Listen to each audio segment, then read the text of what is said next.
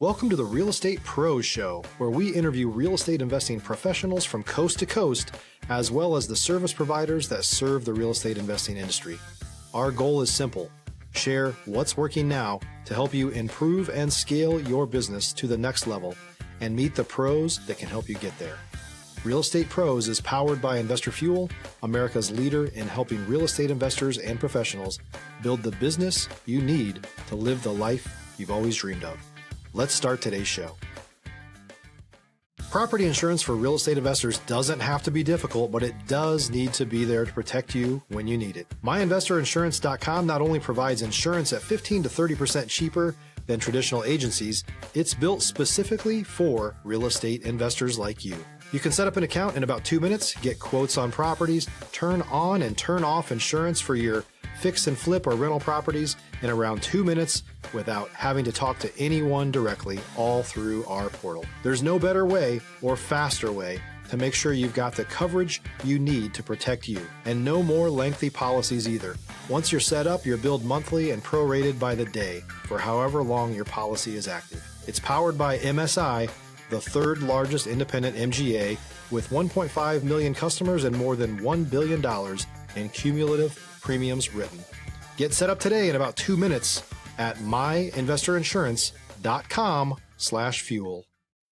Hey folks, welcome back to the show. I'm your host, Dylan Silver, and today on the show I have Charles Hernandez, aka Uncle Charles. Charles, welcome to the show. Thank you for having me. It's a pleasure. Before we hopped on here, we realized we have some mutual connections. I had lived in San Antonio for a while. You know my mentor up here in Denton, Texas. But let's go all the way to the top. How did you get into the real estate space? I like it. We're going to cut right to the chase. I'll just tell you, man, I entered real estate space back in 2003, 2002. And before that, I was actually indirectly involved in real estate, helping people with filing motions and stuff. You know, there were people losing their properties and stuff. So I was introduced to it indirectly, and then I got into mortgages in 2003. And after the crash in 2008, what I was helping people do with financing, I started doing it myself. So I've been in the business for a long, long time. So going from pre-2008 to post-2008, it was basically two different worlds, right? So I've talked to a lot of mortgage advisors, lenders, pre-2008 mortgage brokers, and it was like a kid in a candy store. They were handing out these mortgages in effect. Then, of course, you have Dodd-Frank, you have all these regulations that get passed, and then you just have, it seems like you need a blood test to get a mortgage nowadays in large part. But how did your business change pre versus post 2008? Well, you know, when I first got into business, I was was introduced to both realty and financing, and I had just got my degree in financing, so I leaned that way, and there was a lot to learn, man. A lot of different programs, a lot of different systems, and I didn't I didn't know how I was gonna learn that stuff, but you take it one day at a time. And I will tell you, right up until mid 2007, it was the Wild Wild West, man. And we started to hear some grumblings about the market, and we started to hear some stuff like in 2007. And then, of course, you know, it hit, and it went from being the Wild Wild West, like what most people see in some of the movies that came out, to making no money. Everything was on lock, and a lot of people migrated over to the realty side. And that's what I did. I mean, I was already involved in doing some investment deals, but I was more involved on the financing side. And then when the market crashed, I mean, the Govy stepped in, made it really, really hard. So a lot of folks who stayed in the business, they I gotta say they morphed into the realty side of it. You know, whether traditional Yeah. or investing. So going through that, and I've spoken to a number of people, and it seems like about 50% of people took some time off and licked their wounds, and thought about So regrouping, and then they had another 50% of people who embraced it. And it sounds like you fall into that category and said, you know what, I'm not going to abandon this for the next 3 to 5 years. I'm going to switch to a different strategy. So instead of being on the lending side, let me get into the investing side. Let me get into the or even for people from the mortgage broker side, let me get into the selling agent side. How did you make that transition, and was it natural for you, or was there a lot of growing pains when you did that? Stop living on an island and join the #1 mastermind in America for professional real estate investors. Investor Fuel is a community of hundreds of the nation's top investors working together to build stronger businesses and better lives. In addition to the amazing community of real estate investors acting as a board of advisors for one another, Investor Fuel members have access to 100% funding on purchase and repairs for our members only, a health insurance program, and benefits and discounts that more than pays for the membership of most of our members, meaning it's actually costing you money to not be a member of Investor Fuel. If you're looking to scale your business and build a business that allows you to live the life of your dreams, please visit investorfuel.com today and book a call with our team. well, I think people do stuff. I think it's easy for people to quit stuff when they have options. Um, or I want to say sometimes people give up really quick. Like I'll just throw this out there, man. I don't. I used to not talk about it, but I'll just say, look, in the '90s, I unfortunately made some bad decisions, and I did some time, 8.5 years. But I changed my life, and I got a few degrees. I graduated from University of Texas with a business and finance degree, and even though I had those credentials, there wasn't that many choices, that many options. So it was like Mm, sink or swim, man. I mean, what was I gonna go do? Apply at some company who was gonna hire me with a tail? So I had no choice. I had to buckle down, regroup, assess what was going on.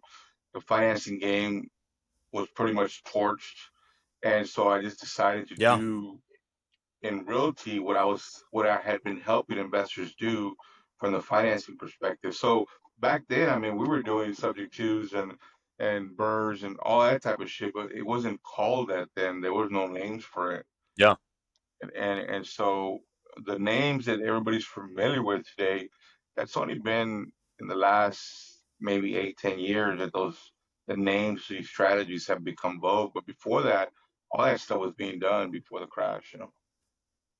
And so when you started to see, Charles, these strategies, you said, get in vogue, you see it on social media, Instagram, TikTok. Right now, I've been seeing so much Airbnb arbitrage. I don't know if my phone is listening to me or if it's just divine intervention, but I keep seeing Airbnb arbitrage everywhere. So that seems to be the hot new strategy, at least for some people. I've seen land, a lot of that. When you started to see this become super, super mainstream, did you see a major industry shift? Did you start to see a lot of new people coming in? What was that like when you were seeing that it become mainstream? So when I made the transition permanently from, getting away from financing and stuff, I opened up a real estate company. So I opened up traditional, but right away I started morphing into doing creative deals. I was already used to doing creative deals for investors, so I was just doing them for myself. Right. And started flipping properties, doing a lot of flips. But the stuff that didn't have names back in 2011, 2012, 13 and 14 were like subject twos, novations, birds. Like there wasn't really names for that stuff. And and as these strategies came into vogue or people started talking about them, the natural progression for someone who's doing a lot of deals is to learn the new thing. So Yeah. incorporate the new thing. So you learn a lot, but what I've also learned over the years is that not everything that you learn can be done in a certain, in a certain, like right now, 2025. I think subject twos are not the thing anymore. Yeah. Because it's only a matter of time for the lenders to figure out that they got a bunch of properties that have been sub two at a low rate. They're not making any money. So I think I think there's some risk there. So being in the business so long, you can kind of see the patterns. And looking back, you kind of see the patterns for when something was really, really hot. Like I'll give you an example. When we first started doing wholesaling, it wasn't on YouTube. Nobody wanted to tell you what wholesaling was, and we Hmm. had to reverse engineer it. Today, everybody knows what it is, and I think the reason people are having problems with wholesaling, and I really do believe this, is because now in today's market, the entire U.S. knows what wholesaling is. Every single homeowner Right. knows that you're a wholesaler, which they already know you're trying to discount their property. So that's why I think is a big reason why wholesalers are having problems today because everybody knows. If you're looking for consistent, high quality leads, look no further than Investor Machine. Investor Machine isn't just another agency, it's the most sophisticated, data driven lead generation company on the planet for real estate investors, and serves the role of being not just a lead generator for your business, but a marketing partner that is helping you achieve your goals along the way. Go to investormachine.com to learn more and schedule a call with our team today.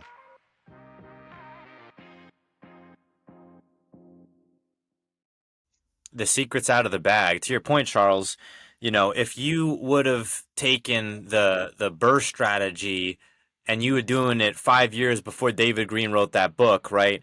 And then you were doing it before it became mainstream, you've seen now today, like with rates the way that they are, burring is harder, right? You can still do it in some areas of the country, but burring is harder. And then fix and flipping too, because of the cost of materials and because of rates, it's harder, right?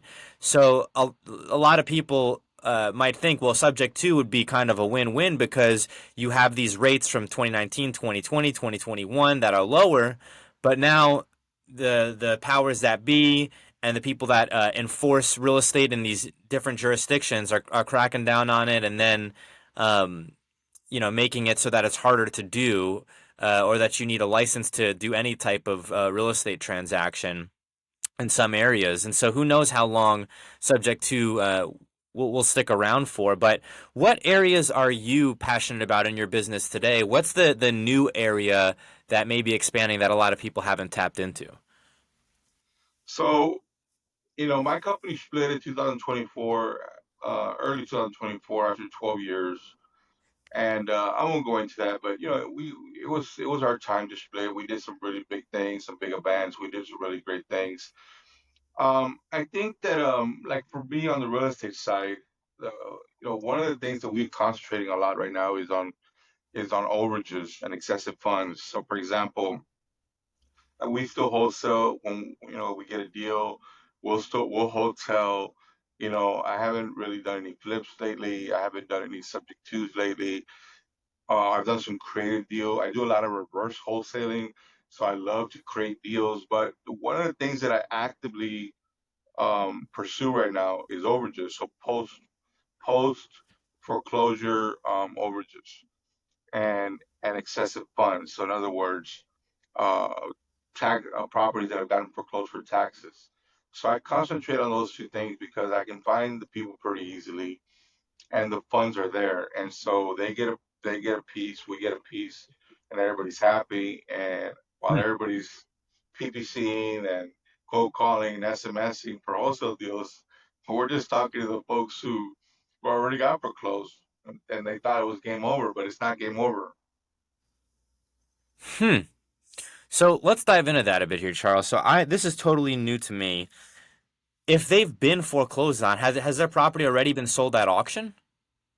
Yeah, in most cases, the property will have been sold at auction unless it can't sell and becomes an REO, and the lenders won't really. They already have their asset managers they deal with. But if you got a property on the mortgage side that's, let's say they had it for at least 7 years and they get foreclosed, and you want to be first, especially it's real easy if you were talking to these folks before they even got foreclosed. So there's usually funds there, and so you got to know how to get the attorneys. In Texas, the trustee, which is an attorney, to prove up what their fees are. And, for example, we just did a deal here not too long ago where there was about $80,000 of overages, that the lender collected at auction. Well, we work with the homeowner to capture those funds, and we take a percentage of that. If you're a new or newer real estate investor looking to launch or grow your real estate investing business, please check out Investor Fuel Club. It's a coaching community, but unlike anything you've ever seen before. And you can actually partner with members of our mastermind from coast to coast on deals right in your market. There's no better opportunity to build a consistent business than to literally partner with pros to help you avoid costly mistakes, avoid the need for capital to do deals, and help you eliminate your fears as you're starting your business. Learn more about Investor Fuel Club at investorfuel.com/club. Okay, I got you. So basically, that money was, in many of these cases, set aside for the homeowner, but they're not collecting on it. The dots aren't being connected, and so you're able to connect those dots, get the homeowner their money, and then you're able to benefit from that as well. That's tremendous. How did you Yeah, come up another with thing, this strategy? that strategy has been around for a long time. Just people just don't talk about those things because it's a little more it's a little more involved. You know, you got to know what you're doing. Um, Most of the folks that do over that'll get overages sent to them are dealing with attorneys. The attorneys charge them a lot of money, so you don't need to be an attorney to help somebody. So, and those funds are not actually set aside. If you do nothing, then the lender keeps those funds. They allocate those No funds. kidding. Yeah. And they're not obligated to seek you out, the person who got foreclosed at all. And they'll send some notices, but they're not obligated. So if you don't claim those funds, you lose them. The other thing is on the tax side, people don't know this, but every single county has a district court in where the the foreclosure for that property has been approved. At least that's true in Texas. You can call that district clerk, excuse me, that district court and say, hey, I want a list of all the properties that have excessive funds. They'll give you the list. You'll get it in one day. And then it's a matter of contacting all those folks who got foreclosed that there's excessive funds that the state is holding. And it's a beautiful thing because there is a process to it. I won't go into it right now, but the state cannot deny those funds. Once those Yeah. funds are claimed, they have to give them up. And I'll give you a little juice here. It's almost the same as wholesaling post wholesale. In other words, you still got to prove up who the people are, and you got to make sure who's vested on title, and after you do that, it's only some legal maneuvering. But once you get in front of them, they can't deny the funds. Some of the excessive funds with the tax office are as high as $1 million. I mean, they you Wow. got you got 50 pops, 100 pops, 200 pops. It's crazy.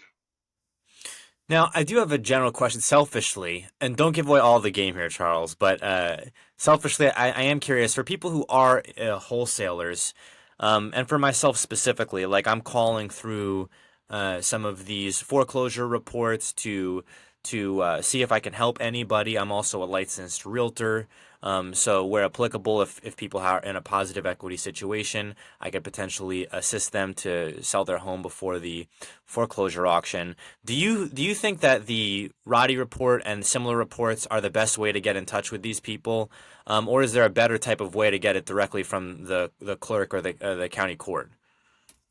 Well, I don't want to endorse anybody, because if I will say there's some pretty good software out there that can get you that type of information. There's a lot of platforms, but to get on time foreclosure, whether it's tax or mortgage, you really have to be dealing directly with the county. And there's ways to get that information directly from the county because look, once you go to an app or any type of system that's collect that information, you have to understand that by the time they got it, somebody else already got it. Yeah. So you have to figure out how can you get that information, first? How can you get information on a tax foreclosure that's been approved for sale, the day of the court deciding that, yeah, we're going to foreclose on these people? How do you get that information? And that's the trick. I mean, I'm not saying that I'm 100% on every county, but on a few counties, we're able to get that information very, very quick. And so we want to be first. And Yeah. by the time it hits a software or a system or a platform, just understand that they may have the best sourcing, source data, or you're gonna get a really good picture, man. But by the time they get it, there's other people who already got that information. Yeah, so you're already, second to the meal. Pivoting a bit here, Charles. No one has a crystal ball here, so we can't for certain say what the future looks like. But based off the progressions that you've seen, the fads that have come and gone, where do you see the next 6 months to a year, maybe a year and a half, in the real estate space? Are you seeing any new trends that are coming up? You mentioned reverse wholesale. You mentioned overage on the foreclosures. Are you seeing any other trends that are percolating in the real estate space? I mean, I think that folks, if they're not willing to understand how to be creative in creating deals like a reverse wholesale, I think that you're gonna have a hard time. Uh, look, all the strategies work. All the strategies from Yeah. wholesale innovation, net sale, sub two, all the strategies work, man. It just really comes down to the type of leads that you're getting, and for a lot of folks, they want to do absentee sellers. They want to do high equity, all that stuff, and that's good. I only do high jeopardy or high jeopardy leads. So I'm trying to get them before they get foreclosed and then after they get foreclosed. I don't really concentrate on anything else right now because a lot of the other different strategies, it's a little harder now. I mean, Yeah. everybody and their grandmother is wholesaling, Yep. and it's not to say Yep. you can't. You can wholesale pre-tax deals, but it's just the type of lead that you're going after.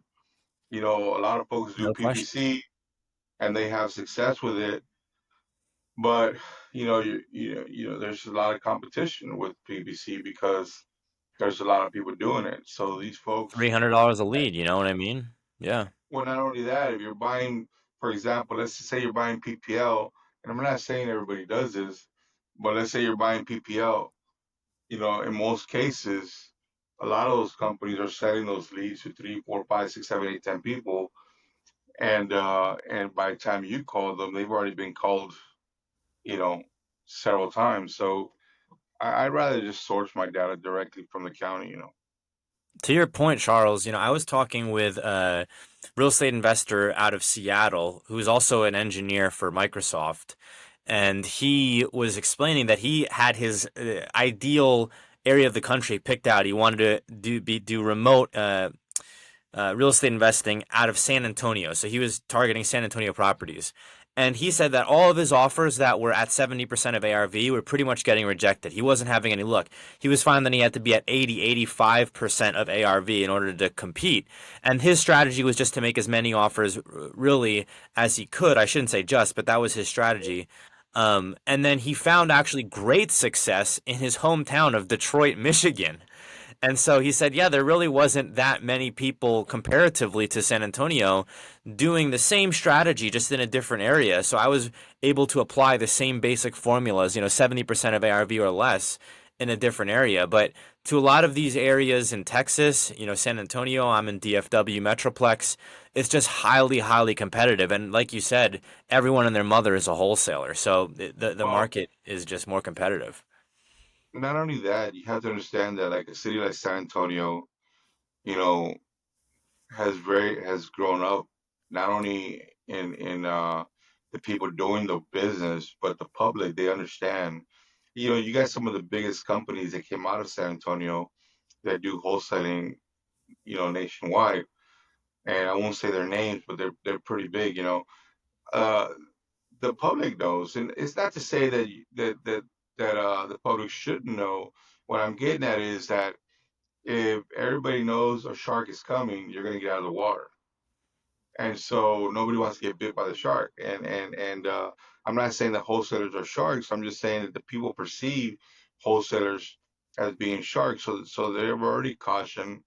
Yeah. They already have, all the red flags are going off once they get a call.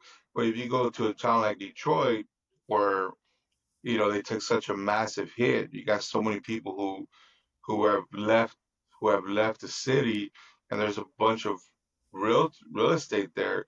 There's a necessity there. People, I mean, I think people could do well there, and I know a few people there in Detroit that do very, very well. Yeah, I mean, I was blown away because I had not had anybody talk about Detroit.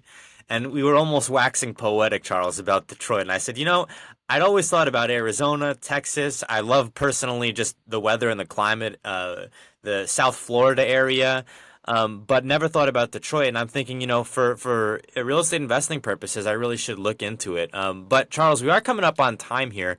Where can folks go to get a hold of you? So all my platforms, all my social media it's gonna be real at it's gonna be real Uncle Charles. So at real Uncle Charles, 'cause there's a couple fake ones, but so you can find me on any of those. And I mean, I'm pretty like, man, I help out anybody who wants to help themselves. I'm pretty straightforward. If you got a question, I'm gonna answer. If you want to hold dialogue on a deal, like, I'm probably gonna be like, hey man, I'll do the deal with you, but let's JV on it, because I don't have a lot of time to tell you how to go do your deal. I'll do it with you. You can learn. Yeah.